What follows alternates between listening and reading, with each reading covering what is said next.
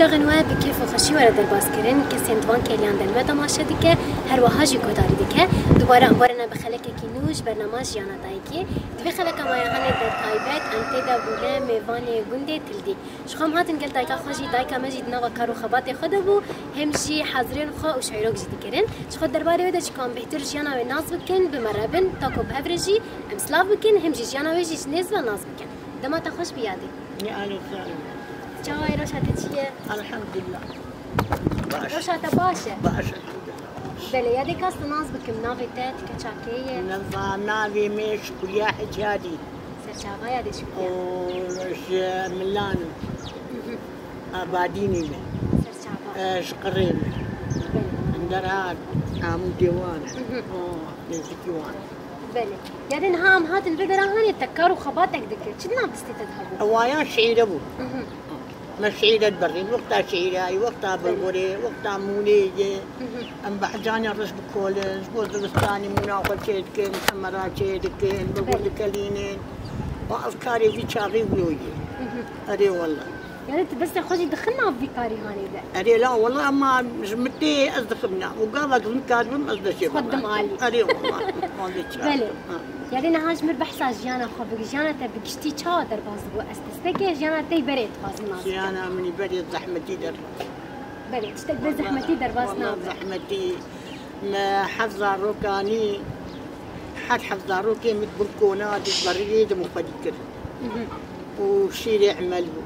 بله وما دودان بس دود وما بشير ماكينة دكي وما دو دكلا ومرون دحلا فبرا هي زا شيء دكري فبرا هي زا ددا وبرن دفحات دفلوت دهانين جارد ما هي تجد كري صالح خوش بايا وامي بما سيما هالبري ما سيما هي قد قدان ويز بريز دركتانا وسمي بريز ديج يجي امي جور بهاتانا فيدري بهاتانا ونديقه سنس وجا ما الفيدري جاء ما يجا درستنا زادا كتانا ما يكروش بهدودا ما يكا تشيك رايا يدي وبوشي خو كاي خو ابي خو تشا تاني جي كش ما بشتيها تاني وما تاني بريزا بيندرا وبيندرا يجي جا ما يهون بكره بدراسة بري تو جنجربونا ندراسة يشنبو بجنجربو وخاطرة وديش بدست اخوة هرتش ديك اري كش بس ديما ما يجيرا بكرايا وبيندر خلاص كرا تشارو بيجو دهرو حياة ومنا ما كنت تانيش حيواني وخرج دبير إجا الشبي مالي ما يكان مالك بكشاندا كتكي قلت ما يتبكشاندا ويشبي حيا أسبي إجا شمك تشير كرن شمك ترشك تشير كرين هيك داريت النار تسمين إجا ما تخش ما تخاف شبي أم كتكا أولو نافة بدودة حيا سعد يا ذي شبي دوازي شبي وجا حكي اللي تشوف مالي أري والله لا لأنها أفكاري تبحث ذكر بشتي دعوتها بشتي زواجاتها نولو أري بيتي زواجات يعني زاروك خطة بقشي مزنك تعدنا بكار ده ولا أري والله لا أدنا بكار ما وانكش ما بدستاد الشيء ما تشكي وانك بدستاد الشيء غسالة تنبولا محنفي تنبولا بيلا الملبون في نوالي دبو في قولي دم قش بيادك شان ما تاني مالي سبي وإيفاري ميراش تا دولة قامي بتشانا ما بنقلا أفانيا كوبتي ما يمزنها بو حاجة ما أو كوبي قد تجدك ما فلاقي خوي البرد تجدك البردات تاني حياة سبي وإيفاري وظيفتها أنا أفا مش بالي إجا أنا أبو مسلي مالي بيلوك يعني بداية قايل نبو نيجي حنفي أري يعني تيجا بي قايل تنابن يعني تطورات شبوية أري لا نوك نهابو مشكور فقر يامه أم درن كلها حنفيني غازين بلي أو بابورا غازي ونهاز يعني برشيبو بشيله بس قليل كنت بشتري النصاص كنت مسوي مرابو شاكر بابور مشيله بس بكلام دقيق أو قيماصات دقيق بشكل شكل دافيتي ومدداي ومبعد كنت تاسا كله جام هبو متقصتي متقول قرانة بي بيجي حب شفرة دبو أو بابور دبو كون دم فيد قصت 200 دكر وشيله بيسيله ومدداي متقول قونش نكر الزكيو بالي في حالي مقودي كل حياة مكذلة وبريق إزام والله أنا حياتي عم خشبوك بينا ينسرشي بين الرازين بين الرازين بالي ما يشمر بيلا مهب وخسوان ويشمر هنا قرار شيك رايا بالغول وفي فاس البر بكتاب بتشوفي في اول كلا وبششتايا وما يشمر بيه بخواراي ابو ورني عربي بقصة بس ما دخوان ما انا اشكو في تشتي قايد من قيده انا والله قايل ناظر والله قايل بدي كشكر موتنا الجاده بدي دامي رمينا الحج وصلنا بزياد ما متشايد تعمل شكرت له الحمد لله قيمة قصة ما أبو بلي ويا ما نجي قيمة أفخاني ما أعضادك بلي نظارو كيمة أو جابانا مني بيشاخد دابا ما بشتي أخذ سري أخذ غازيرها تمام بانوا كلام بقول دراب اللي جا حرجع أخذ البازار تقول ما هو بلد شنو أب ما دتنا ما شو اسمها أفغاني خيمة هذه خيمة بايز حيار ميوتياني وفا جماعة بعض بلي قش ما بدست أخذ كلبيت بري وما بوشتاني وما بشتاني أما أول خاصي كيف خوش بو قلت بدستي خو خاني خو تشكري خوش بو يعني تشتغلوا بالتعب بكينا بدستي ما تبقى خوش الشيء خوش بو أري والله هناك يوم تدبي كلبيت بو جبتي صار كتن ما قلت خوش ربني ما كتن وام كوما كفلك بقوام وبزوي وبجاني وأمدش أو ودك أو وداد جماعة بشكل خاصة شيء بلى أمدش تاني إما أنا يجي عمات جات يعني بنقول ما قصة وجاندي شاي حبو ما قصة وجاندي مكروه قديمات هذا بشقينين ها اشتياني منه أسوار كلبيش بري وقيمة مكاني آذار كده وحكي شو مالي وقا وأنا رجعت تعرفي وأنا زوجي وكي وأنا شيبود الحمد لله يا رب بقدر تعالى يعني إن هذا ما وكاري فذكرتو كي هل ذكروتك هذايا جنكي بهبو وتيمي تيم قلت ذكرت ما بس بدو تايا وفلاي بشوف وبقريايا ويكيت ميزا فكرة بس بدو ايش بك مثلي حتى فان سيتلا شيء ما تفدا تاني بيش دقائق دحمي من دول تسعة تلسل ما فعلت كل ما يبقى والله جنكيم آلي مثلهم في تالي بشتي فواز بو نوري نجازة ما ايه مني تشوف او يا نجاسة ما جوزش نبين مقويا بود إجازة نبين فخانية تما أفاكر لاي وما لايش هدي ما بركري وما برادي وتلفزيوناوي وما لاوي ونفيني وفراغي وما تجهز كر وما دعوت أوي من الفرشة كر بالنان وبقارن وبعالم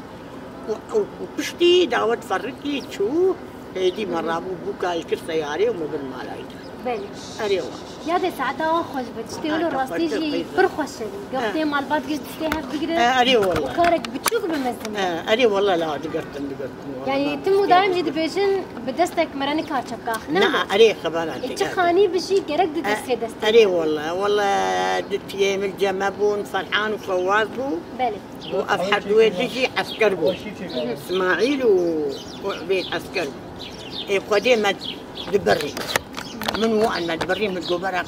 ما في اختياري مدو هنا خانية ما ضاب هنا كلبي جابر برو تلا بس كان بينا فلما نظام بتجن جمال وتشيكن أري لا والله ما حفراك ولا بقصد هذه خانية مبلن وما حرجي دخلت وما قلت كرن كلبيش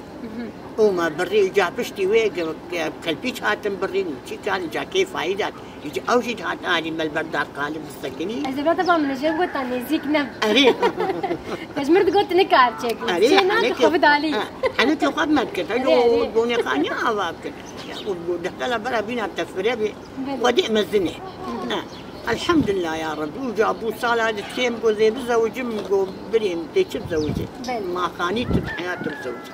ده بس سامي حمود خاني قبل ده بتيني دور إجا أمي تبزوجي إجا أوصل مخاني آواكر جو صالة ده جو فرحان إجا أمي تبزوجي قلت برادي نقول أري والله بس بريم وايد خاني تشيب وده تشيبو أمي تبزوجي وجربوا مجر قصدي جبتي خدي معاني جوان كي أو جماعة ده هذا صالة نرمج ودا شيادة وأدا قبل دبو إتي خدي مزوجان كتودا أورتي صاروا كوان زوجان يا توان زوجان أو زوجان توان جم خجي دهش دهش الحاجة أو قيم رزاق وقميها وبعد كما بون خورت وبون قيس ويوجي خورتي وهاني قوقناني النازل دودي أو شقيم الرزاق درك أدي والله نما قو درك ونوان قو درك أمي درك إما قو يا أبو خير دريا وجا مرمارش كتيش برين مقباني من أنا تشقي شاركر ما شاء الله فواز فرحان البيت نور بلى هالشالاش ما كلفيت برين وجوان باش ذكرني وجوان آوار وجوان درمشوار كربان وحاضر شو ما كان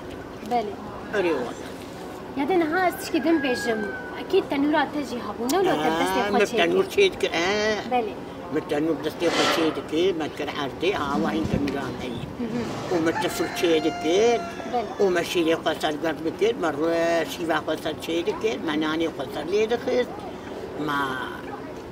حيا إيدو الروبش مر لازم بي أم درنسر بلى أري تناني خولي دخلنا يا ناس خولي أظن ما كارن كاملي دخل بلى جارك زاروكي وان دنيا ببجي دويادش ماريو هذيك كناني بلى إذا شوان روقنا داني أنا ليدخل روكش برضو خنو بلى نما روق بري ليكون حتى بناني فرنتي كم إذا روق بري نما بلى بري حسي بلي يدخل حريفات هذي ذكرين وسبير رابو حركة برتنوريا بلى قلتها لا يكون الدجي حركة تنوريا وان دفيت الدين يا نهار حيوان خدي كذا تناني تنوريا جي لك استيا خاني خوش درستي أزبيج مع جب بختي تيجي تنابو تيجي هنا بزارو بخد شيء ذكر بما طلعنا بغدونس رشاد فل خسن بعجاني الرشين يسودين هافانان شيء ذكر بس وكيد ايه صور تشينا ما تشي كلن تشينا ايوه يا نهار تشتنوا له حزك يعني كان تشنينا يا كان دنيا قلا كان دنيا دارك دارك جي حزك والله ما تبين سفاري وان فرد تشينا الورد تشينا الحوت تشينا كيف عندك جي هيك اري والله شي حزك ان شاء الله يا نهار مر بيش تقو از كنت اندر دورا عمودين واندر وفاندر من شاد انا نسيب لا كيف لي كربو تزاني مخوناجي فاندر انا ديتو بوجي حياتها خذ من ناديتو وحيار وتادر بلى او ناني كببني شما يا ديدي دما بريد زي كيما بابي امبيجن طيبت كسين جيم لامي وان يعني بابي زارو كيوان بابو دي ندشت او دركه يعني هبدو نديتن ادي لا عيب ديديتن يا كان عيب ديديتن والله ام كتشكبون ام قربوا ميفان كي مدهات انت دي مالا مولو قرعبو مزمو ميفان دهات برايم والله كنت تكتب مالا من زارو بوجي لما دكت الصالون يقدر دكت كنت انت كم الصور انتم كذا دكت عيب الميفان ندي ما ندي ابدا سلمانك بهاتا مستحيل مملكتنا طب خذي يا ابو ندي الى الرشا داوت اخر اري والله بلى حجار وزات يا انها مثلا ازولو نرنا تبسيلي مثلا كسايتك تويناس نك توي عادتها وندي مستندناوي وحياتك شاب حياتك زفتح الشيحه شايته يعني انفيجن انه زحمتي وهبد بحياتك اري والله وزيدش يعني طيبتك هر مالباتك شكلك شاندك شكلك كنت انت دورا انفيجن دربيسيه نو اقدر دورا عامدون يعني الا فرق وجودها اري خبراتي اري والله نا ولا نو بلي داوتا تشندرو ديمان داوتا عميان يروقوا ولا قيم دي دما بلي داي كما تقول تنحفروا دفوا لا اما نولو اما قوفاي روح نيبو وروح دعوتي ابو برام دي جات يقول حلا مكر كارا مكر بس ويشاغي بعدي مي جوتك باسني عربي ديش متشيك فرق انجليزي وزنجير حياة من 5 سنين والجهار وشار انجليز و قامشيش ممثل وهاتوك دعوتي قد يجاروا عن ذاك شوقي ويبقوزي نتيجار كالس ودار ونشتيمة شكي قد كم نشنا أماني ونشتي هاي ويدر كيتنا نتيجار كي قولا وابد بواتك لا بدي قام هيجي راس خافكا قورامي ترجعين عبالي شيفوني هذا شيء تشكيتنا سري شيفوني راسي خرجوا بدي كسري مي وكتي حيد وابد بواتني جا بلي ومنه تركشتي دانين وهذا مدفتة مكرتن وازبري نارو جن خوش بنايا لا والله ما جاء من قريب بقشتي كارو خبات التوان يعني اريد تعبك ويهبوا بس خوش بو. اي والله خوش بو. يعني مرات تشتي مرات دما برد تبي رامة والله مرات كيف خوش. وقت بين حتبو نحن نعمل حتى مثل فايز كريم سلامتي يا خيري. صار بيادي دكتور امراض بي يعني كل كيلو 10. إبريا ما ساعتها كاري خد كرد أنا هاد نمر نشتري ما قلت بيلا هذا. الوقت تشتغل. تم الوقت ما تشتغل أري والله ما تشتغل في ما تشتغلش. إجا قيزام كاوتشا الجارنا تفكر فكري هذه أفغانية ما وكمالا باري مولو مكسر سلمي بكفكيت سيان. والله. مبروك إسلامك نقل إسلامي مثلنا وبري مزاروكو. سميانا وأنا باري إسلامي هابي بشوف رحمتي يبدي يجيبوا المعنى. إجا يعني أدروز بستان نار جبلي حريق كتانا بيري ما يبقى لا أب حريق بقى بستوان سياندا دوار سياندا ما بس قدير كان ورشي الورشي مو أنا بالي كل كده وصارت تفرج جاد أوجه بس شوف التالت وقوة أبد متبع مش إجا الحمد لله قيمة الحمد لله لا باش يا دي ساعات تخرج بتوقع كاركلية أوقع تعب أوقع وستاندين والله قيزام بلي أو بزنانا دي جاموي وان ما قش هادك وما قش درست وما قش إجا بعد دا وجا زلستاني مني بكرة يا تش يكون ما تجيلي كده دتش ليتش سالي جات يا مني تشكرا وجاوي ميرو بانيا وجا أو تجانا بكرانا كون وجا البخاري أمي دركتنا بنكوري بلي كيف نستيق يا دي راسي بستي مجتنابة حياتها تخش شعبي أهلا وسهلا كيف خوش بو هم ديتنا تجي هم جيب نسكرنا حياتها كل يوم تعالى وبستريني صافي وفدت تعالى وبوسقيني وفدت تعالى خيري بالبيشاوة وفدت تقي فري بالوقيدامي وفدت نسيدتي باش من سروة الحمد لله ساعتها تخش بيادي دايكن هجاو دلال كسن نهان متى مشهدك وقداري دكيل قال دايكا مجي خلك ما بيحفتياني بطايد به نهاجي جبنا ودبيشن هون هرشاد